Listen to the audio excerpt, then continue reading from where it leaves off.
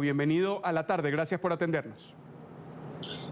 Muchas gracias, Carlos. Un placer estar con ustedes nuevamente. No, el gusto es nuestro. Reelección de Biden en 4 años. Hay varios aspectos que quiero consultarle allí, pero luego de 2 meses de estar en la Casa Blanca, ¿emprender una campaña en medio de toda esta coyuntura mundial es pertinente? Bueno, me parece que aquí hay que hacer una pequeña corrección. Yo creo que ese tema lo trajeron los mismos periodistas. Hay que decir que esta rueda de prensa podría haberse conducido de una mejor manera. Y no hablo desde el podio de la Casa Blanca hacia los periodistas, sino al contrario. Después de que los periodistas aquí en Estados Unidos insistieron y hablaron por días, por semanas, de por qué el presidente Joe Biden no daba una conferencia de prensa luego de haber tomado posesión el pasado 20 de enero, pues esta hubiera sido la oportunidad para realmente preguntar preguntas, valga la redundancia, con lo que está ocurriendo en la actualidad. Hablar de reelección cuando apenas está comenzando esta administración, cuando esa administración no lleva ni siquiera 100 días, me parece que fue no sé, yo la verdad no soy, digamos, yo soy crítico de los medios y a mí me parecía que esa pregunta realmente no venía al caso. Yo creo que nosotros como ciudadanos hubiéramos preferido escuchar cómo va a ser esa implementación de las vacunaciones ahora que el presidente prometió suministrar 200 millones de vacunas. ¿Qué va a pasar con los menores que están ahora en estos centros militares, como por ejemplo el caso de Fort Bliss en Texas?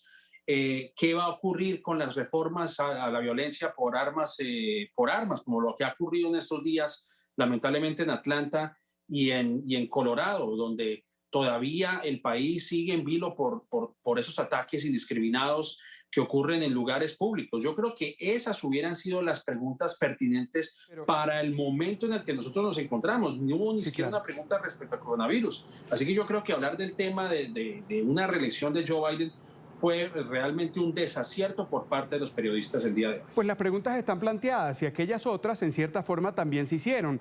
Una periodista de CBS incluso, creo que era de CBS, en el momento le preguntaba, le ponía un caso específico de una madre que había llegado a la frontera con su hijo desde Honduras y le hacía hablar de casos específicos y mencionó algunos otros, pero en definitiva las preguntas se hacen. Lo que hace pertinente es la posibilidad de que tengan un contacto directo con el presidente, luego de estos 2 meses de gestión de Joe Biden, y las preguntas estaban allí, pero no me respondió de fondo. En cuanto a lo que es la respuesta del presidente de los Estados Unidos, por cierto, a propósito, el otro aspecto que tenía por preguntarle era el de su edad, y el de cerrar esa puerta a que Kamala Harris pudiera ascender, y sobre eso sí quisiera esa apreciación, más allá de la pertinencia o no de la pregunta periodística. Pero yo creo que eso no tiene ninguna relevancia, Carlos. Yo creo que hablar de reelección cuando ni siquiera lleva 100 días es algo que realmente no es importante. Yo creo que hablar de suposiciones y especulaciones, yo creo que ese no debe ser nuestro rol.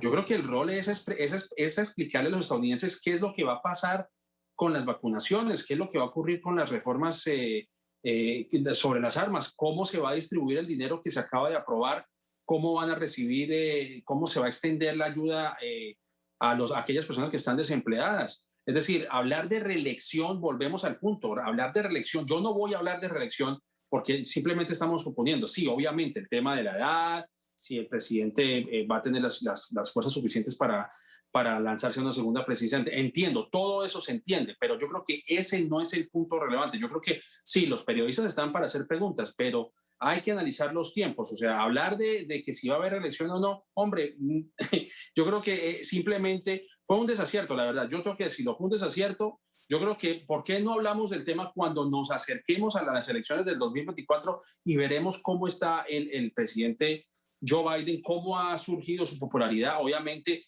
el avance que ha hecho a nivel legislativo, pues es algo enorme. El paquete de ayuda que se aprobó hace algunas semanas es histórico. Indudablemente se trata de sacar a la mitad de los niños de Estados Unidos de la pobreza. Yo creo que digamos, lo que ha hecho ha sido importante. La jornada de vacunación bajo esta administración ha sido importante, obviamente. Yo creo que eso es de destacar, pero es demasiado temprano para hablar digamos, de reelecciones cuando ni siquiera el presidente Joe Biden ha cumplido 100 días en su cargo. Vamos a pasar el punto. Es una apreciación, en definitiva. Hay otros temas que teníamos planteados también para la conversación, Robert, y uno de ellos es bastante escandaloso también, y es el que tiene que ver con la migración y la situación en la frontera. Yo escuché atentamente esta hora de conferencia de prensa y del discurso de Biden, en el que él anunciaba o recordaba que ayer había designado a la vicepresidenta Kamala Harris para que se encargara del tema de la migración, que fuera a la frontera. Y hay una parte que a mí me causó un poco de ruido y tiene que ver con la pregunta que él planteó en esta conferencia de prensa de hoy. Él decía, le dije a la vicepresidenta que averiguara por qué están migrando los centroamericanos hacia los Estados Unidos. No es una respuesta harto conocida, no es una situación que prácticamente es cotidiana para la administración de los Estados Unidos, independientemente de cuál sea. Sí, indudablemente, pero yo lo que tengo por entendido es que el presidente Biden ha incluso mencionado las razones, las raíces por las cuales hemos llegado a esta situación donde los migrantes huyen de sus países, particularmente de lo que se conoce como el Triángulo del Norte en Centroamérica. Yo creo que eso todos lo conocemos y ahí tiene un gran grado de responsabilidad los Estados Unidos, históricamente hablando. También el presidente Biden ha dicho que digamos que la administración de Donald Trump también ha tenido de alguna manera un rol en el aumento en las llegadas de personas sin documentos a la frontera, porque obviamente él recortó ayudas financieras a esta parte de Centroamérica y eso lo hizo el año pasado, eso lo hizo durante su administración. Es decir, yo creo que el presidente lo ha reconocido anteriormente. Las causas y obviamente pues él fue parte de una administración que incluso expandió la ayuda, digamos, financiera, digamos, este paquete de ayuda que se conocía como CARSI en Centroamérica. O sea, que él mismo conoce las razones. Yo creo que también ahí debe recaer un poco la responsabilidad sobre los medios de comunicación aquí en Estados Unidos particularmente del por qué ocurren ese tipo de situaciones. Yo creo que lo que hemos escuchado es obviamente el sensacionalismo que encierra la llegada de menores a la frontera. Las pero cifras. precisamente lo que dice Biden, no estamos ahondando en ese tema dentro de los medios, por lo menos dentro de los medios en inglés. Las cadenas grandes de televisión no han hecho un trabajo loable respecto a ese punto, por ejemplo. Hablemos de la administración federal, hablemos de lo que debe hacer el gobierno de los Estados Unidos. ¿Crees que ya se ha superado este tema del diagnóstico y hay una visión clara de qué hacer, de qué hacer y no de qué es lo que van a enfrentar? Estamos hablando del tema migratorio. Migratorio, por supuesto, sí. Sí, bueno.